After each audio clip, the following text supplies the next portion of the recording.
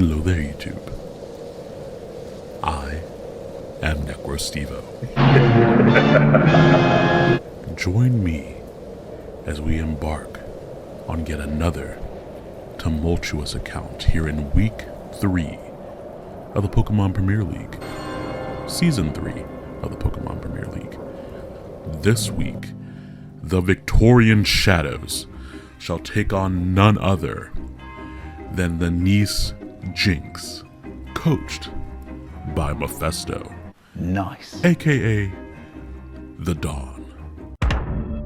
The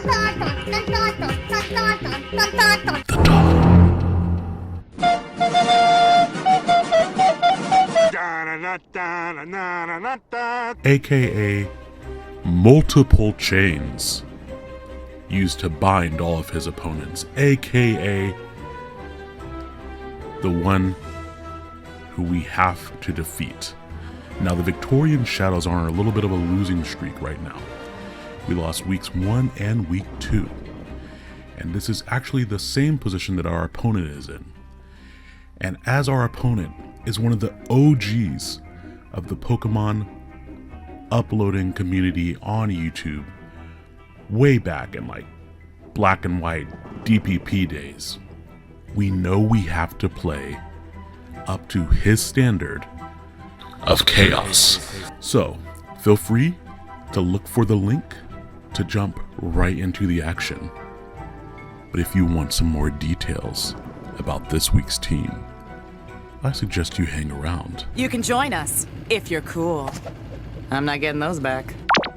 Because we are bringing full spice this week. Feeling hot. Up first, we have a Pokemon coming off of the bench. But before I get into that, we should probably review the niece Jynx team. We need to know everyone that we're going up against here. Now, on Mephisto's team, he has access to Kyurem, Landorus in its incarnate form, Lokix, which can Terra into a bug type, Raikou, Tentacruel, Skeledirge, Cobalion, Wigglytuff, Smeargle, Volbeat, Oranguru, and Abomasnow.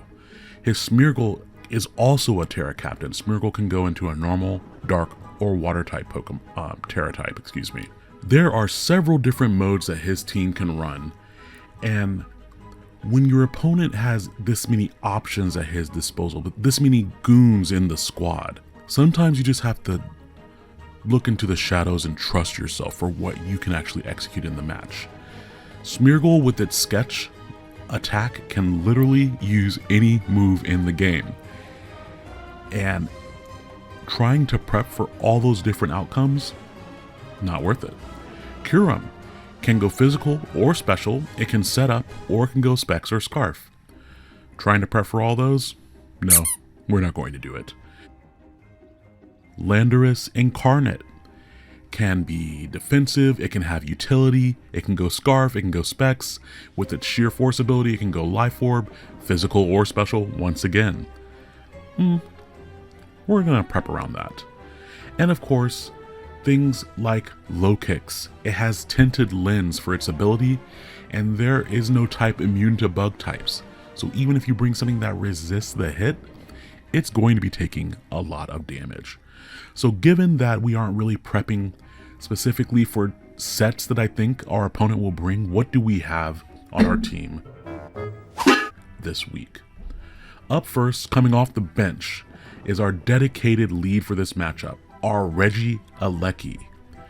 This is a Pokemon that I actually spent several hours shiny hunting, and it is the only Pokemon that I've actually done a full out shiny hunt for back in Sword and Shield when that DLC came out. A little over 1600 resets, and I found myself the shiny. Never again. I don't know what type of Zen juice shiny hunters drink. Sucking down Darjeeling. But I do not have the patience to ever do that again. But here, we're bringing Regieleki with the Silk Scarf, with max attack. Our moveset is Explosion, Extreme Speed, Volt Switch, and Rapid Spin. This Regieleki will be used to pivot around, ideally in the mid or early game, especially being our lead. But the moment he tries to bring in Landorus on it, we will explode and destroy his Landorus. It's fine. There is going to be, as one of the Saiyans Vegeta would say, a big bang kind of attack. And I cannot wait for the opportunity. Shoutouts to Onesie Bonnet and Shroom Raver and Padel for helping me prep, because I did several mock games, and in every single one of the mock games I got to blow up a Landorus. So really, even if the shadows fall here, if I get to blow up a Landorus, oh, I will be so happy. Next up, we have one of 2 Choice Scarf Pokemon joining our squad this week. Our first Choice Scarf Pokemon is Annihilape. Annihilape is strangely bulky, but also very offensive. Annihilape has enough speed just to make sure that he can creep something like a Raikou with max speed, whereas Regieleki is enough speed to outspeed my opponent using a Choice Scarf, their Scarf Landorus. Now, Annihilape has Brick Break, Rage Fist, Close Combat, and U-Turn. I have Brick Break on this set because I didn't think it would be too crazy to see Abomasnow come to this match and try to set up Aurora Veil, which of course sets up a light screen and a reflect at the same time, so that my moves do less damage to my opponent. But in order to use Aurora Veil, the snow has to be up, and of course Abomasnow sets up that snow. I put a lot of HP, max HP, with the rest pumped into defense after getting the marker that I needed for the speed, to allow Annihilape to come in on at least a couple of hits from low kicks. And the other nice thing here is that after I take those hits, it'll be powering up my Rage Fist. If for some reason he decides to bring Raikou, or he decides to bring the Cobalion, that's why I have Close Combat, just for a really strong, solid neutral hit on the Raikou, just in case it tries to set up. And then the Cobalion should drop to a Close Combat with the attack EVs that I have there.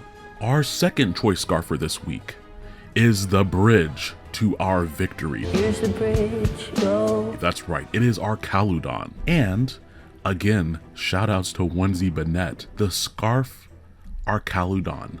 I initially had this as like a bulky set. I tried just running it with like a sturdy Custap Berry, but Scarf enables this to do a few things. Number one, with this, its speed investment and timid nature, I outspeed a Scarf Adamant low kicks in case he tries to run that. But also, this speed will allow me to outrun his Kyurem, the low kicks, the Landorus, the Cobalion. All of them get outsped and hit by the requisite coverage move, with Earthquake only being there just for the Raikou.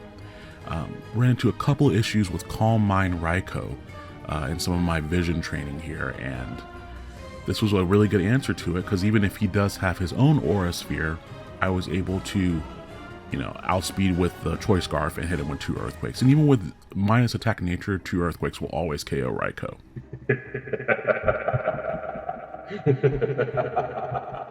Now from there, we have a defensive backbone of Clodsire and Primarina.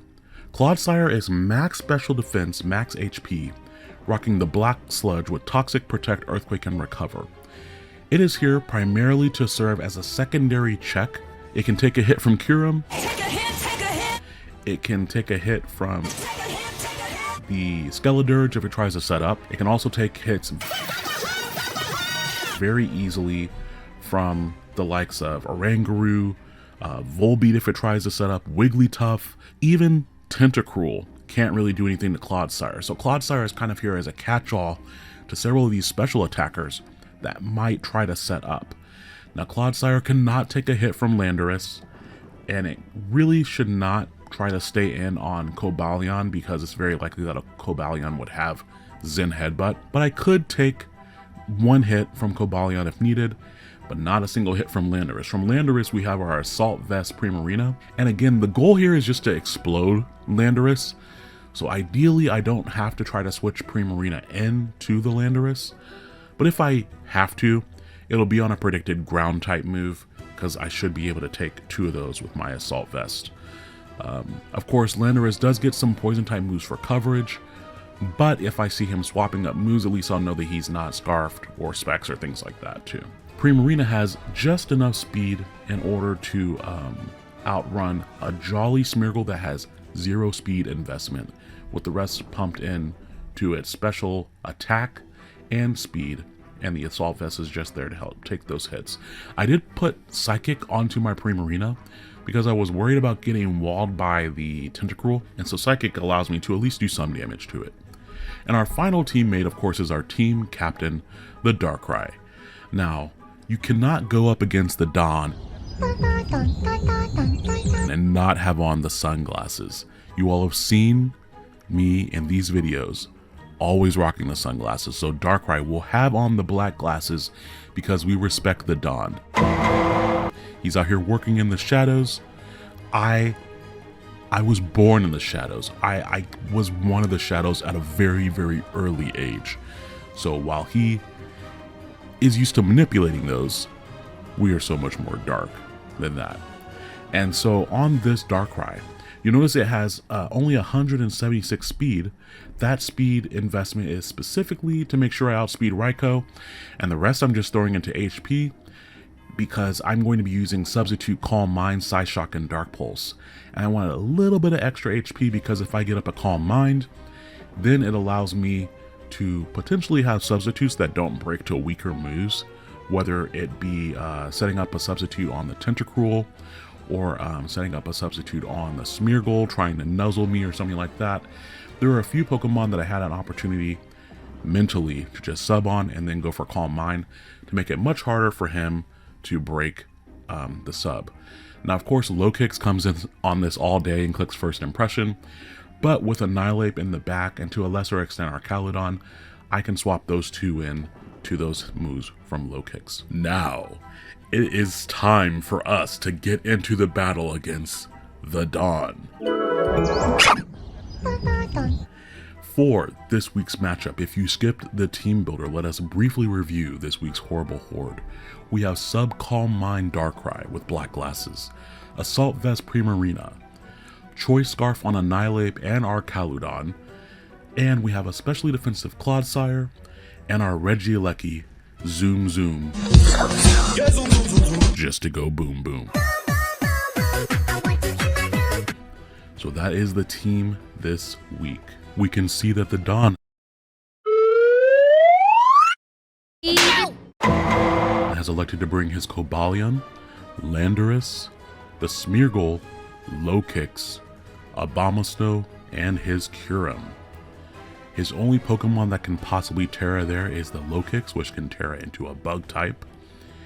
And we're going to stick with the game plan and lead off with Regieleki. Regieleki would be forced out by Landorus, but the moment Landorus comes in on Regieleki, we will be exploding its face off. It's fine. That is going to put our team in such a great position because he's going to lose one of his primary damage dealing forces if we can get into that position. He actually leads with Smeargle, as I lead with Regieleki, and it is so nice to see Zoom Zoom here on the field. I'm just going to go for a Volt Switch. If he decides to stay in, again, Smeargle can run so many different moves, and I expected it to have maybe like Ceaseless Edge, maybe Stone Axe to set up some hazards. I also could have seen it though with like Sleep Powder or something to just like immediately annoy one of my Pokemon with a Sash. But since he decided to swap out to the Abomasnow, I get to see kind of what type of Abomasnow this is and swap it out. And I'm hoping he's a little bit confused by the damage output because again, this is here to use the normal type moves and the speed is an enabler. But I didn't want him setting up screens this early in the match, so I actually go out to my Archaludon because I figured he would most likely swap and I can use that to my advantage because on his team, he doesn't really have anything that he wants to take flash cannons outside of the Cobalion, and even that could be threatened by an Aura Sphere or an Earthquake. So he has to be a little bit careful with how he swaps to his next Pokemon here. He ends up going back out into the Smeargle, and I'm able to go for Flash Cannon, and easily bring that Smeargle's HP down. Now that felt like a really good start. I would wager a guess that the Smeargle is not Choice Scarfed, and even if it were Choice Scarf max speed, it would be, I don't think he would be outspeeding me with my timid investment here. So I decided to just stay in and finish off the Smeargle, and that was one big wild card that we did not have to deal with. Going into this battle, I decided that I wanted to execute my game plan and look at what I wanted to do on this field, instead of being so reactionary to my opponents. Especially when your opponents are of a higher level of skill, playing reactionary just plays into their hands. Now after his Smeargle goes down, I decide he's probably going to go for the fighting type move, or he might go for Volt Switch. If he went for the fighting type move, I could stay in here, but since I'm locked into Flash Cannon with the Choice Scarf, I wouldn't be able to do that much damage back to him. Anticipating him to go for Volt Switch, I decide to go out into my Annihilate. This would not only allow us to power up the Rage Fist, but if he stayed in and went for the fighting type move, I'd be immune. And if he went for like a secondary move trying to expect a swap in, I'm so defensively bulky, I was very confident that I could live the hit. Now he does startle me by going for Swords Dance to double his attack. I don't really have a swap into that. I do outspeed him just because of the Choice Scarfers that I have, but that is not a good situation because this forces me into attacking him, and so I have to go for close combat, which does reveal his Choppleberry, which cuts down the damage of my close combat. While unfortunate, this means that I'm going to lose my Annihilate very early in this match to a Zen Headbutt, but since I have removed the Choppleberry from his Cobalion, that means that I can do a free swap into my Archaludon and go for Aura Sphere. The other thing that's nice about going for Aura Sphere is that it will hit the Abomasnow super effective, and it will hit the Kyurem super effective in case they try to swap in, expecting like a coverage move of some sort. I also considered going for Earthquake here, but Cobalion has very good physical defense, and so especially if you happen to be more bulky to make sure that he could live hits and get up a Swords Dance, I did not want to risk that my zero attack lowering nature Archaludon would be hitting that defensive stat and not taking him out. So I did make sure I ran the calcs there, and I was like, alright, cool. Even if he's like, for some reason, max BDF, we are good here to go straight for that Aura Sphere and claim yet another kill. This match is turning out so far very different from our last match. Last match was much more of a jockeying for position over swapping mons in and out a lot. But here, we are barely a few minutes into the battle, and I've lost one Pokemon and he has already lost two Pokemon, and we're only, I think, like maybe 6 or 7 turns into the battle. So much more of an offensively fast-paced game here. Now because I am locked into Aura Sphere, Landorus comes in. I did not know if he knew that I was Scarfed or not at this point, because if he didn't run max speed Cobalion, for example, or high speed, maybe he doesn't know if I'm Scarfed. But if he did have a high speed Cobalion, then he would definitely know that I'm Scarfed at this point. So I decided to go into Primarina, hoping that he would go for the ground type move. Primarina can take 2 ground type moves with the Assault Vest, but I could not take any of those poison type moves. He does call out my swap to Primarina going for Sludge Wave on Archaludon. Of course, I would have been immune to that if I had stayed in, but Archaludon is very, very important for the mid to end game here. And even after Primarina takes all that damage, I really didn't want to risk swapping it out into something else. Landorus just gets so many different coverage moves that, once again, do I want to try to predict and play reflexively? No. I just need to get my Regieleki on the field to do what it needs to do. This was a real give me the ball, coach, put me in, coach type of deal. And I was like, okay, it might even telegraph it to send in Regieleki like this, but also why would I send in Regieleki on a Landorus? And he doesn't have a Skeledirge, so I had nothing to fear from clicking the button. There was no hesitation. I just went straight down to Explosion.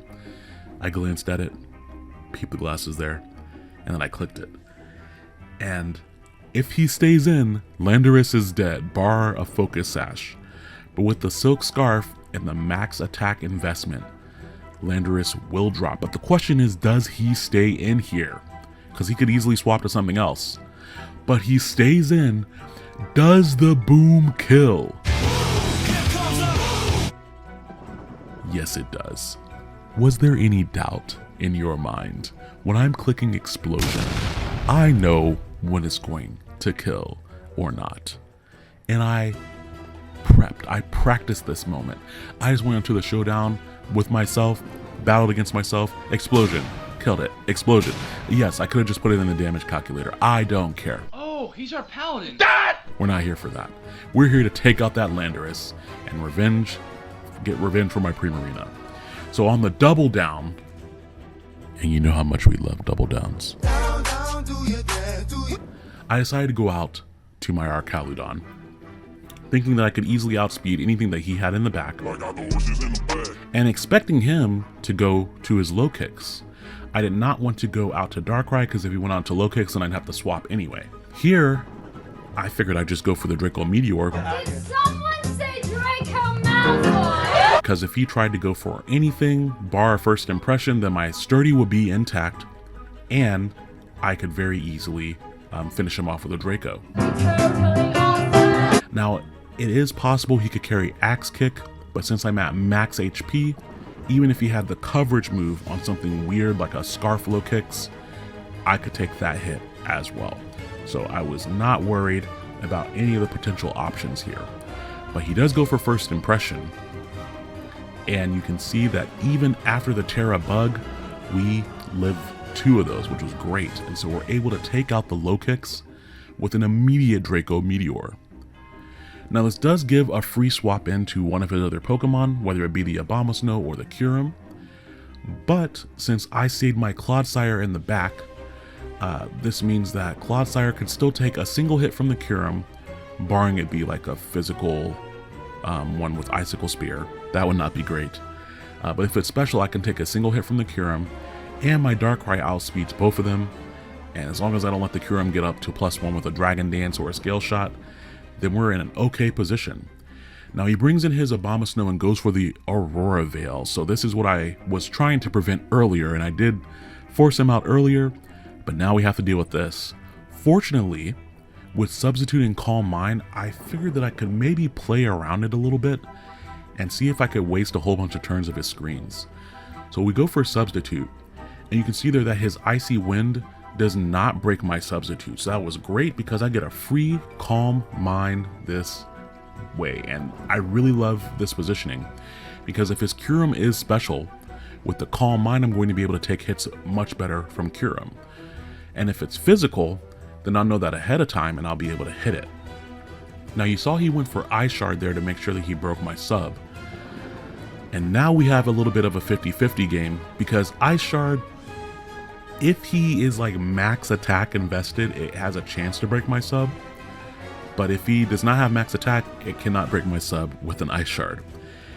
On the other side though, if I go for sub and he uses like a much more offensive oriented move, like he goes for Blizzard or he goes for Wood Hammer, then I'm kind of just wasting my HP. So I go for a substitute again, just to test to see what he's going to click. And he does whip out the Wood Hammer. He's out here dropping the hammer on the substitute. Thank goodness, because we don't want any smoke. And since he has Wood Hammer, I decided, let's see how many turns are left of that Aurora Veil. Either it's 1 turn or 4 turns remaining. I won't know until this turn passes because of the way that the in-game prompt shows us that information.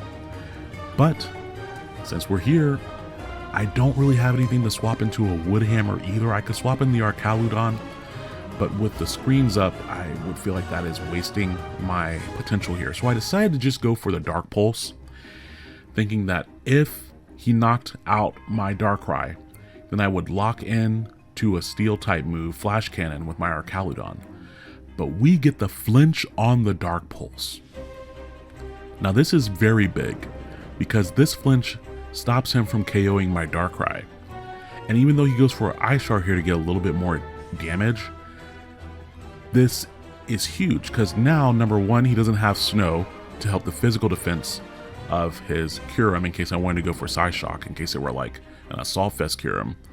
But also, he only has a few turns of the Aurora Veil left. Now, if I had not flinched there and he had gone for the Wood Hammer and taken me out, then I would have been able to immediately go out to Archaludon, lock into Flash Cannon, and then we would be looking at doing around 50% maybe with through the Aura Sphere. But since we're not in that situation, we can just go straight for Dark Pulse, do a really nice chunk even with the Aurora Veil up, and the Calm Mind and the HP EVs come into play once again. And I don't know this is 2 battles in a row where I had Pokemon live with 1 HP. Last week it was Annihilate, this week it's Darkrai, and I don't know, maybe something's going on there. It does remind me of when I was talking with Red. He had something to do with Phrenergy or something like that. Could it be that he... No. Well, something to keep in mind there. But now that this Kyurem is at such low HP, the Aurora Veil is still up, but I am not forced to go for Draco Meteor to secure this KO. Since Darkrai was able to get so much damage onto this Kyurem, we're able to finish this battle off with the Flash Cannon and the Bridge. Don't try it.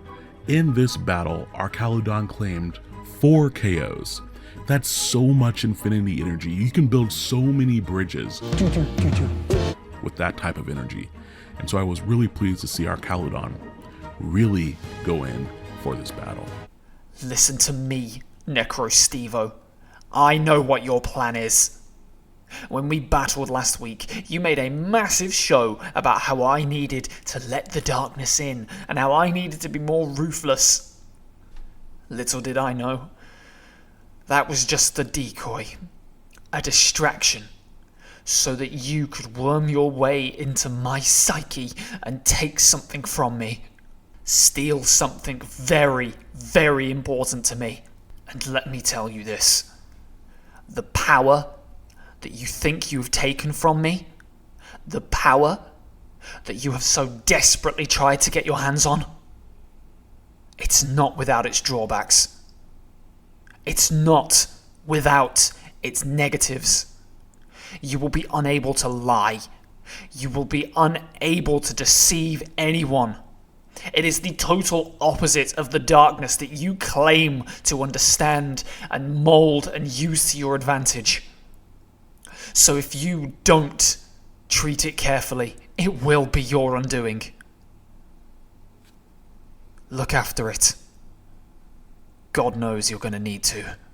I suppose I should address the friend in the room and say,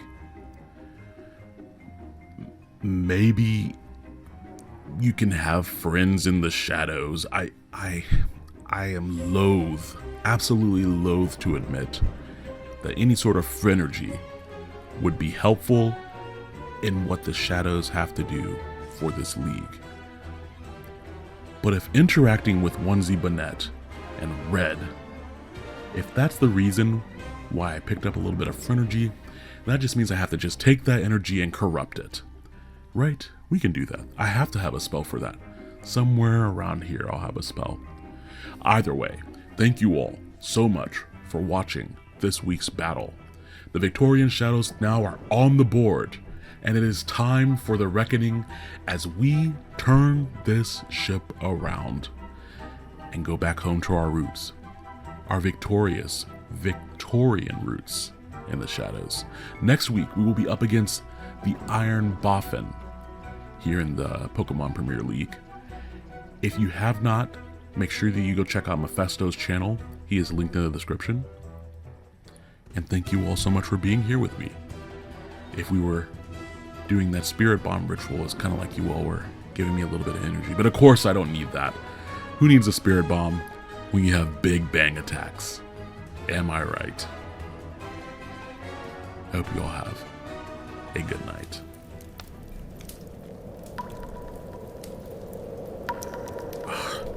Billiam, I don't understand. We lost to Red and that whole Phrenergy thing. But yet we managed to beat the Dawn Mephisto. I mean, if you hadn't flipped them, then maybe, you know. It's like we took a piece of him. There's got to be a way to manipulate this. Some sort of way that we can take this and keep using it to win and do as the shadows bid. But ever since I played Red, just something doesn't feel right.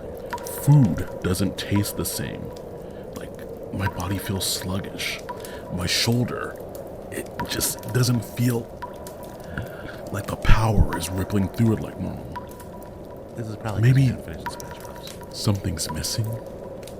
Oh, well, I can recook. We're gonna have to figure this out. Come, Billiam. Yes, sir. Don the Garter, and we will go out into the night and get to the bottom of this. I always stick to my